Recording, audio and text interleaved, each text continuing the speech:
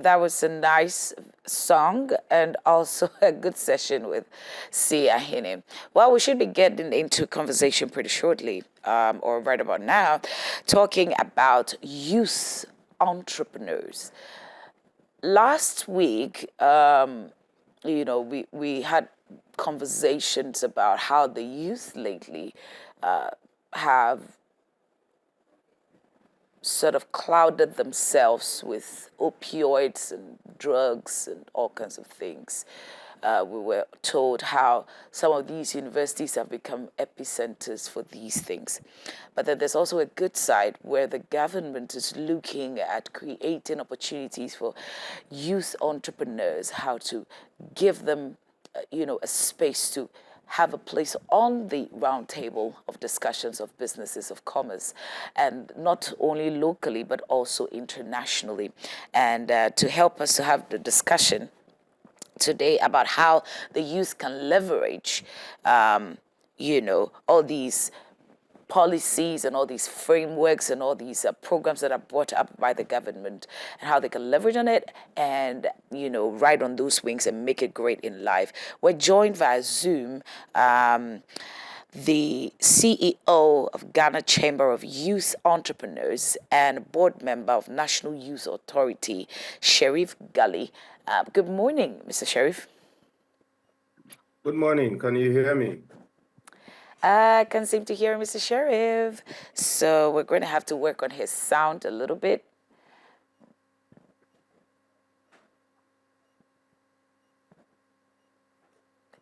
Mr. Sheriff? Yes. Can you hear me now? Fantastic. Now I can hear you. Good to see you, sir. Good morning and a happy September. Good to see you too. Thank you. We are hoping this September brings a lot of good things our way and God's blessing. Yes. As we continue to work for Ghana's development. I also join in Dominion TV's godly presence and mercy upon all of us. So yes, I believe it's going to be a very blissful September. Fantastic, fantastic. Well, starting off, from blessings and all of that. Yes, we also hope that September will give us, some relief from all the stress we went through in August, and then, it will continue to the end of the year.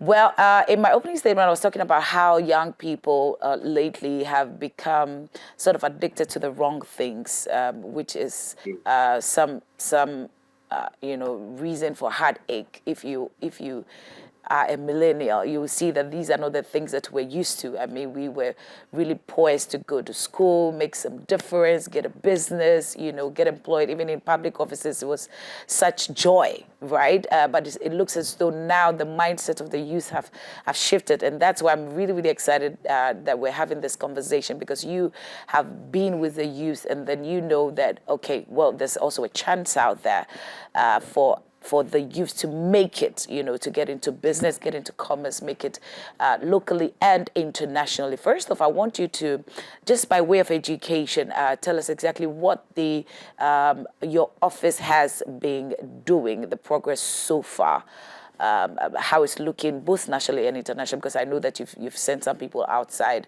and all of that, just by way of education. All right, so thank you for the opportunity once again.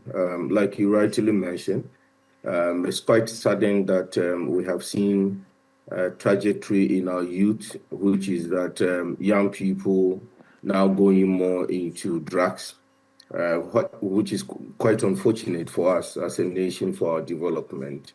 And I'm sure that today, whatever we are about to talk would also seek to open the eyes of the young people that are going to watch us this morning as to what best ways they can leverage, especially government flagship programs, Right. to be able to be part of the national cake, as it's always been shared. But to talk about the Ghana Chamber of Young Entrepreneurs, is the official trade association of young people. That is any young person between the ages of 18 and 40 years who is running a business, starting a business, or is even a student who wants to do business is our target. Basically, what we do for them is advocacy, we do capacity building, we do funding and capital mobilization for them, where we connect young people to funding opportunities, where we look for support for them. We also do trade facilitations.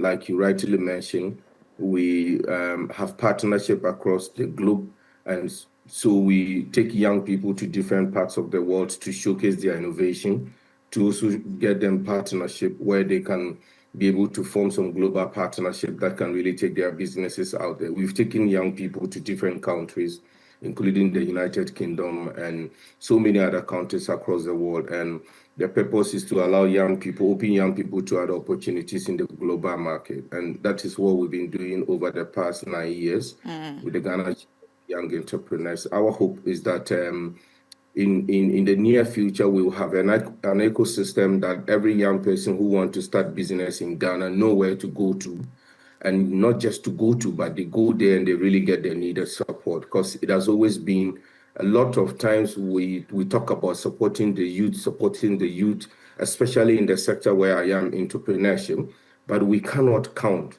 one young person that we have deliberately helped to become a unicorn or become a sustainable businesses that can also employ a lot. And so for me, it's always devastating. It's disappointing that over the years we come out with initiative, we come out with different programs, and still we cannot pinpoint and say this is what we are doing or this is the young person we have collectively helped. And so we're working together to ensure that we change that trajectory. We want to make sure that young entrepreneurs in Ghana have the needed support or get the needed support they need to create global competitive business, and so they can also employ. We also want an ecosystem where any young person who wants to do business sees that motivation. It is that young person is pushed to really do the business and not the other way around. Right. And that is what the Chamber has been doing. And we've been working with government and development partners, pushing policies left, right, ensuring that there are reforms, there are new policies that will benefit youth doing business, ensuring there are programs that will benefit youth business. And I'm sure we're going to talk about most of them today. Definitely. And that is what the Ghana Chamber of Young Entrepreneurs have been doing. Great, fantastic. We appreciate your work. But then let's get on with some of the programs. We've seen youth empowerment. That's the Jumira program. We see free SHS, TVETs, school feeding, fertilizer subsidies, LEAP, nursing allowances, youth employment, education access. That's the CBE, and then the REP, infrastructure for agriculture, and all of that. First off, I want us to get into agriculture. Over the weekend, I saw a news item where the chief of staff was talking about how, agriculture is some sort of unattractive, for the youth lately. But then we also reckon that, from all our social studies exams that we've written, we always know that agriculture is the backbone of our economy. And if we want to get on the world stage making good strides, right, agric is somewhere that we really need to look at. But now the youth seem to, have maybe a diverted thought about agriculture. And so how do you think that we can leverage on that and make them, get to work in this agricultural sector? I appreciate AFTA, and I know that, there's also the trade, that's going on within African countries. But how else can we make agriculture attractive to the youth so that we can, channel our entrepreneurship in that sector? All right. So once again, thank you very much. This is an area that needs a lot of attention. Agriculture, like you said, is the backbone for our development as a state economically. If you take the whole of Ghana's population and look at economic activities across Ghana, from the northern part to the middle belt, and even to the southern part, agriculture is key. Everywhere you go, people are either involved in farming, in any of the value chains in agriculture. Either they are farming, they are processing, or they are aggregating, or they are the ones marketing. And so it is a good sector with a lot of value chains that can bring a lot of economic relief to people, and especially youth. And for me, I don't think that it is becoming unattractive to youth because I've been leading young people. Yes, those days, because of a lot of things about agriculture that we were not privy to. When I mean we're not privy to some of the value chains, like Okay. those who aggregate, those who process, those who add value and take it to market, and all of that. It's a very huge value chain, you know. And so you will see that it was all about the primary activity, which was the bow, the harrow, the hoe, you know, going to farm. That is where Exactly. you wouldn't see the young people there. That is it. So if we are talking about, I think we have to be specific. At which value chain is it the primary where young people don't really want to go farm, but now we have sophisticated tools that do the farming, and so young people just don't need. The only thing is that the young people do not have the funding and the capacity to be able to run or to buy those equipment to be able to do the farming. But I can tell you that a lot of my young people, on fact and on based on figures, 60% of members of the Ghana Chamber of Young Entrepreneurs are into the agribusiness sector. 60%. Okay. That would surprise you. Oh, yes, because when we do, especially when we do our programs, we'll be having our National Young Entrepreneur Summit coming up next month, October. It was actually to be this month, but it's been postponed. You would come and see the exhibitions. It is all about 70 to 80% of those who are exhibiting are products from agriculture that they have added value and they are selling. And it will amaze you what the young people are doing. So we need to identify at which value chain are the young people interested in. And how do we get them interested in it? If we want to get them to go and be at the farms, to be the ones managing their farms, and for them to play all the role from the primary to when we take products to market, it may be difficult. So I believe we have been doing it wrong because we think that the youth should go to the farm and all of those things. No, we should identify what is interested to the Ghanaian youth. Like you said, the Gen Zs are different from the millennials and all of that. Every generation have their own way. And so we need to identify what exactly are the youth interested in. Maybe they're interested in value chain or this value chain, which is production, adding value to the farm product that they can really sell. So let us build their capacity on that. Let us mobilize them in that, because that alone is a huge sector that can be dealt with. You have the farmers who are farming. They come out with product that they can't even store, that they can't even add value, that they can't even process, they can't even take it to market. So how do we get the youth to play that role? So it is not just about primary farming, but it's about all the value chain. And I want to bring this to maybe a further discussion that says that I have seen government upon government trying to come up with programs that seeks to motivate the youth to go into farming or the agri sector, but we haven't been largely successful. And we keep saying, because if we are successful, we'll not be talking about it. The question is that why are we not successful? Exactly. It is because we do not focus right. It is a good thing, we have seen it, but the question we need to ask is, why are we not successful? And so it is very important for us to start thinking of what exactly is it that the youth are interested in?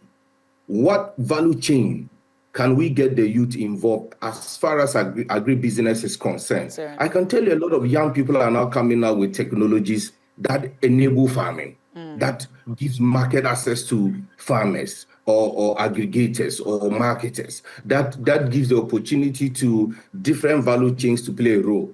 That is what the youth are interested in. So let's focus on that. Let's build their capacity. Let's give them the support. And we would see the involvement. It is a whole chain. So those who want to farm, let them go farm. Those who have the produce and want to sell it out for people to add value and be able to sell, let them do that. Those young people who want to do the processing and take it to market and be the ambassadors and marketers, let them do that. And when we do that, you would see the strategy and how successful we would be with getting the youth involved in the whole agribusiness value chain. Right. Thank you for that. Well, beyond training and capacity building and all of that, we see, I mean, I have been to a number of exhibitions where, I mean, I'm talking tech now, and you see most of our students, people who actually completed maybe Kwame Nkrumah University of Science and Technology, who have all these very wild ideas of, bring in machines and all these things that we even need in the agricultural sector. But there seemed to be some sort of a gap between what we learn and what we're able to fully bring to bear. I'm talking manufacturing, and I'm talking making some strides even on the stock market.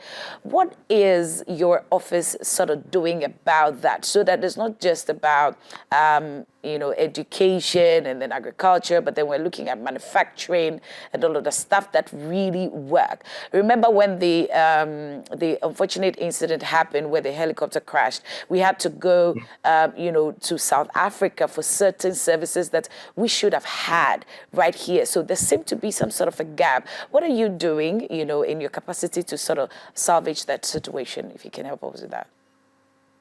Yeah, so you said it right. It's been an age-old thing where we complain about skills mismatch, where academia train, train the young people, and they come out theoretically with theory background, right, and so don't really match the market. It has been something for me as a person I've been advocating for years. I think we have one of the best educational systems. We just need reforms. If I tell you that our education system is failing us, I'm a big liar. Through our education, you can speak English very good like you are doing, and I can also do my bit, you understand. So our education system is doing it best, but we just need to really look at the way we deliver that system, the education. Are we still focusing on the Kwame Nkrumah style or the European style of the classroom sitting from morning 8 o'clock to 4 p.m. and typically bombarding young people with theories that may not necessarily relate to the reality of the world? Or we want to make sure that we give young people a 2-hour, 1-hour classroom theoretical training and allow them to go and do industrial attachment or work in their area. What happens if our education system can be reformed, where a young person go to class for 3 hours? Let's say he's doing engineering, go to class for 3 hours, and then he's attached with Toyota or any other engineering company here in Ghana to do the rest of the credit hours. All of you understand what credit hours are. Yes. This is how the Europeans, the Germans, the Asians, the Koreans, the Japanese, they are all doing. They are no more focusing on the European style of sitting in classroom and be taught theoretically for many hours. They are rather focusing on practical. So practicals is what makes you a student. And that is the only way I think we can do. We are still in that age, which is good, but let's limit the contact hours to few hours, but then identify the opportunities in the area of the student. So if the student is doing psychology, what are the areas? Maybe they need to be at the psychiatrists, they need to be working with people who provide advice and therapies and all of those things. And those are the credit hours you should be able to rate them upon. And so that a young person finishes school and they just don't finish and know what is psychology and can define terminologies in psychology, but they can practicalize it. This is what we are talking about. Right. If I am doing computer science, I should be able to practically be able to implement certain things and not just, I know people, I sat with them in my computer class and up till now, they can't even code a simple website. So sad. Some people don't even still know how to use just Microsoft Excel to even store data or analyze data, but they have 4 years of education on computer science or in computer science, and still they can do all of this. So our education system is intelligent, is brilliant, is good.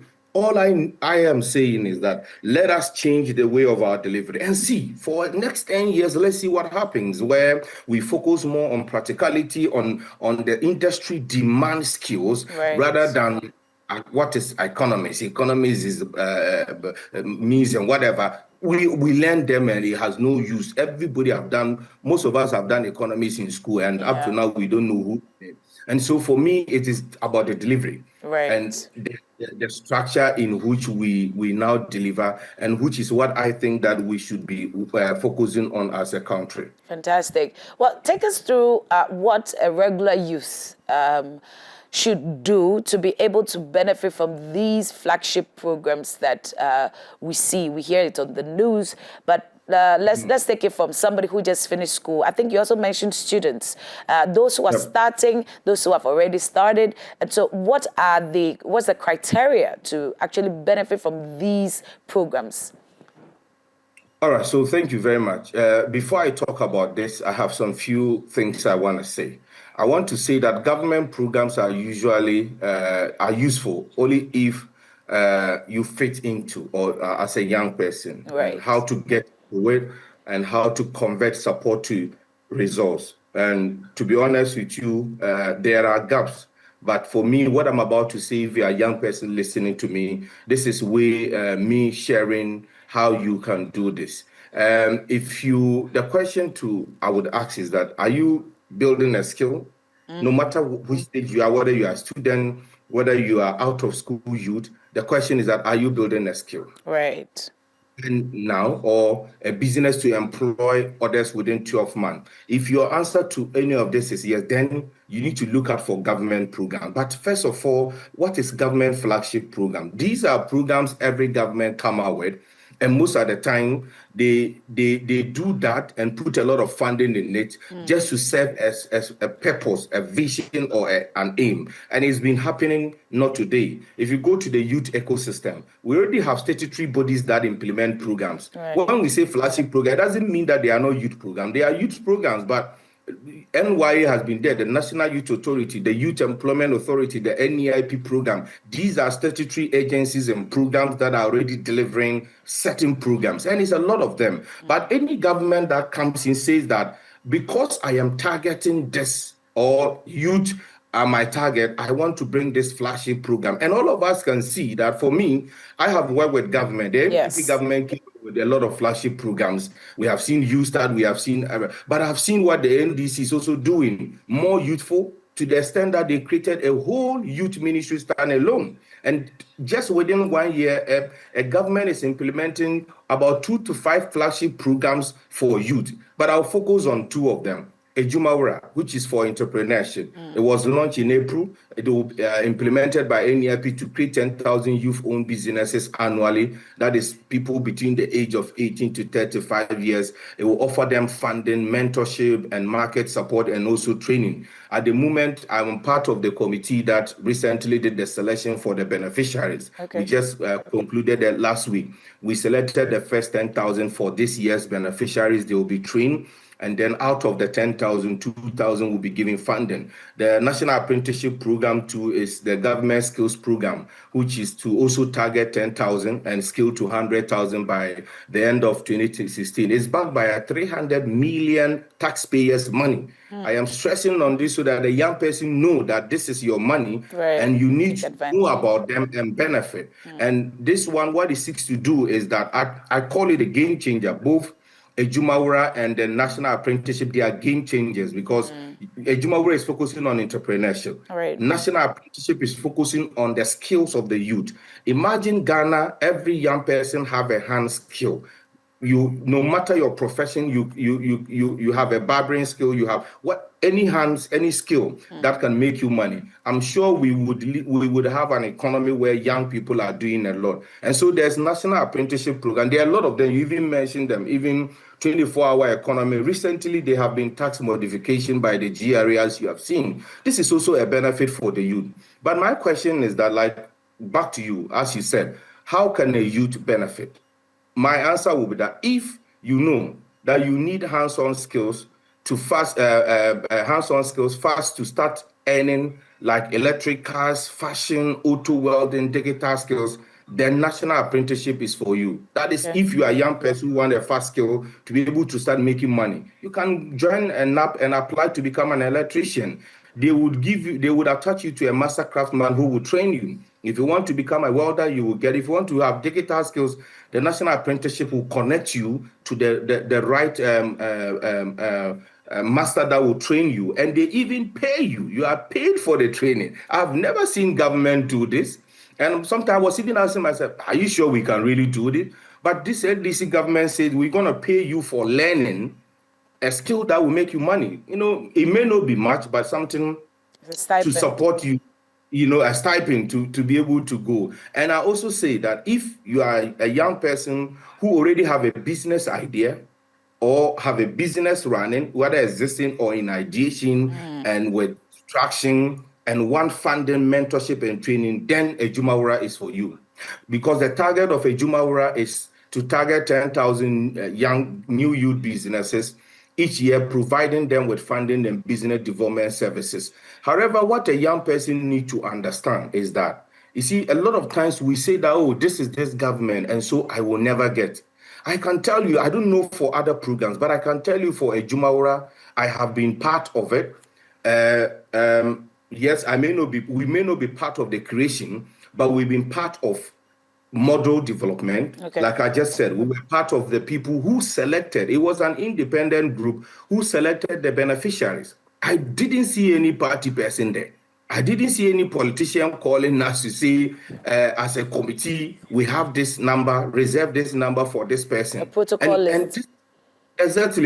I didn't want to mess it up, but you said it. And I can say that for the Ejumawura program, which I know much, and I know the same thing happens to the apprenticeship as well. It was open. This government led by His Excellency John Dramani Mahama, I think they mean business, but we are still watching. And we were allowed to work. We're allowed to use our own criteria to do selection. Right. I haven't seen that in government program. Most of the times you are called to serve, but they even give you the criteria. Even though I will say that the NEIP had that track history for some time, where they allow independent persons to come in and support. For me, this is how every government agency should go, especially when it's youth. If you are implementing a youth program, don't hold it onto yourself. One of the key issues we have is that it is our program and so we are leading it. Most of the time, it becomes disappointing, and that is why you don't get people like us supporting it. But I would want to use your portal to say kudos to the NEIP team for what they are doing. We developed the curriculum together. They didn't just sit in their office to do it.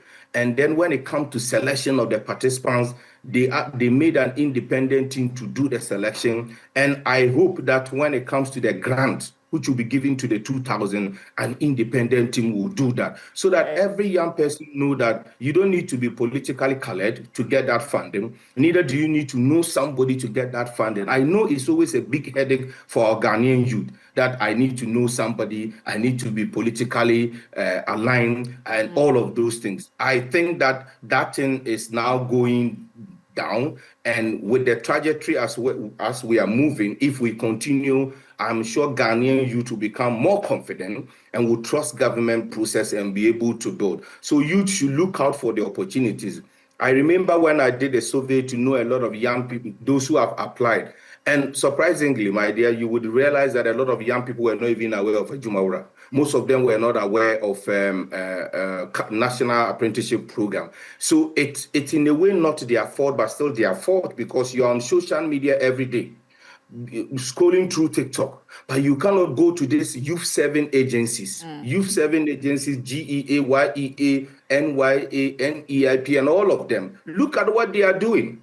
You can follow them on social media and then look at what they are doing. Now you come and say, I'm not aware. I just saw this today and it's over. So please let us use our social media very wisely. Look out for these government programs, apply. And before you apply, what I have also observed is that young people don't even take their time to read through the applications. They don't take their time to work on their documentations. Right. They have value proposition. They don't have value at all. Like, with all due respect, the value they are proposing is nothing to write home about, no proof. And then the free money mindset is what is killing us. Free money mindset. Young person just want the free money, it's government money, let me know. So you see people just sending application anyhow. And it is so saddening. And for government, I think that what government can also do is that to ensure to co-create with the youth. Co-creation is very important. You see, when the youth are involved from day one, they will send it out. Now, the good news I have to tell you is that Ghana would have the first ever Ghana Youth Federation, which is the constitutional body representing all youth groups in Ghana. just like the way you have TUC and the rest, we also have a youth federation that will be more powerful like that. And at the end of the day, this federation will help all of these agencies implement their program and take it to every youth in Ghana.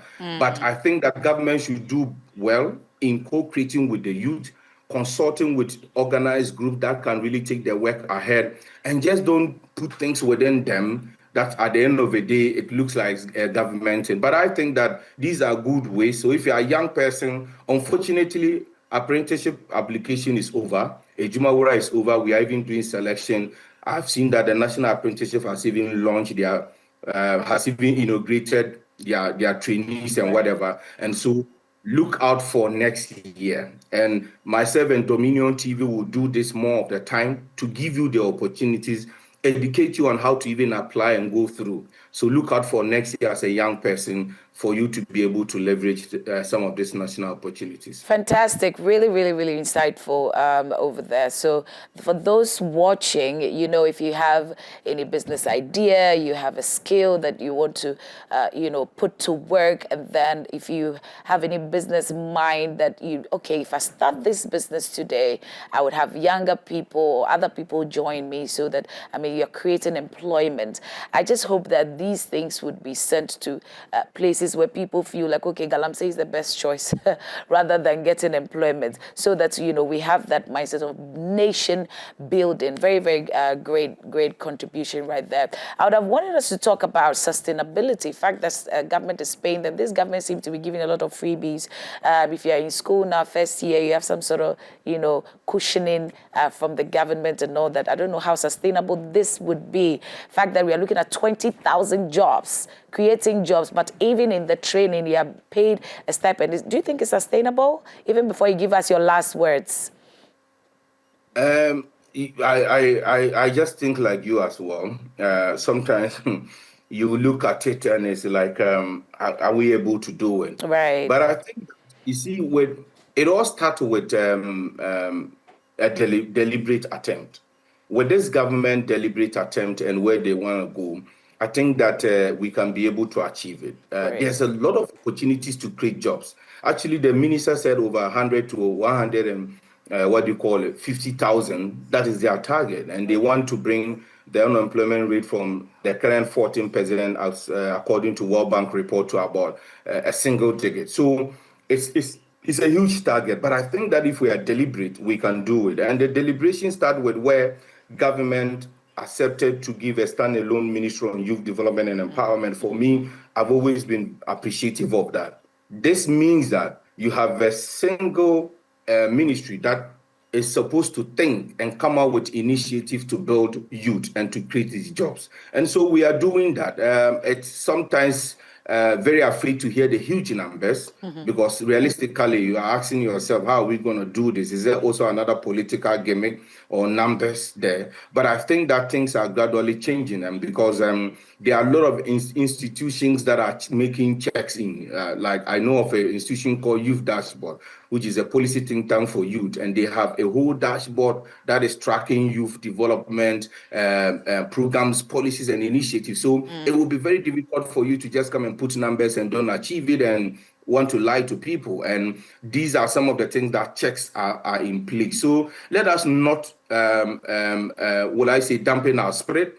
Let us see that, okay, if it is 100,000, we can do it, right? We can do it if we come up with the right policies. Most Let's definitely. see how. If it's not successful, I'm sure we would still talk about it and find ways and means to get through it. Yes, we definitely will have more sessions so that people fully understand what this is, and then they can also leverage on that. Your last words before we go, please, under a minute. So my last word is that if you are a young person who is doing business, make sure you get to join the Ghana Chamber of Young Entrepreneurs. And if you are a youth out there who is a leader or working for young people, make sure you find out more of the Ghana Youth Federation. Support the Ghana Youth Federation. That is your statutory body that represents your interest. Lastly, to every young person watching us, do not say government flagship program for youth are for government or party people. You are a Ghanaian. And if it is a serious government, they know that as soon as they take over power, they are not only taking over power for their party, it is for every Ghanaian. And so I want to let you know that there's opportunity. As far as people like us have the opportunity to sit on tables that would select beneficiaries or play a role, we would represent your interests. So don't give up the hope. Apply. I know, like I said, Juma where I sat on the committee, nobody called anybody on our committee to say protocol list. And for the first time, I'm like, oh, really? And we did everything based on the criteria we all agree upon. And we had people from development partners, academia, we have a professor, a group, different caliber of person. So if anybody out there is telling you people give it to party people, I am not a party person, and nobody will just give anything to party people. We want viable businesses that Ghanaians can really leverage on. And so bring your ideas up. Don't sit in your small corner. Bring it up. Let's see how we can push you to the necessary for the necessary support. Well, thank you very much, Sheriff Ghali, CEO of Ghana Chamber of Young Entrepreneurs and board member of National Youth Authority. Enjoy your first day of September and the rest of September, actually.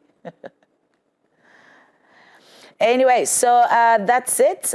We draw the curtains for today. We had a great time, right, from start to finish. We wanted us to do this again together tomorrow. Mind you, at 12 today, we're meeting online for the 100 Days Prayer, and then at 6 p.m. in person right here at Action Chapel. And also, if you can also join on Dominion TV and online, just praying for yourself and the nation. Go ahead and have a blessed day. My name is Precious Biatola. We'll see you tomorrow.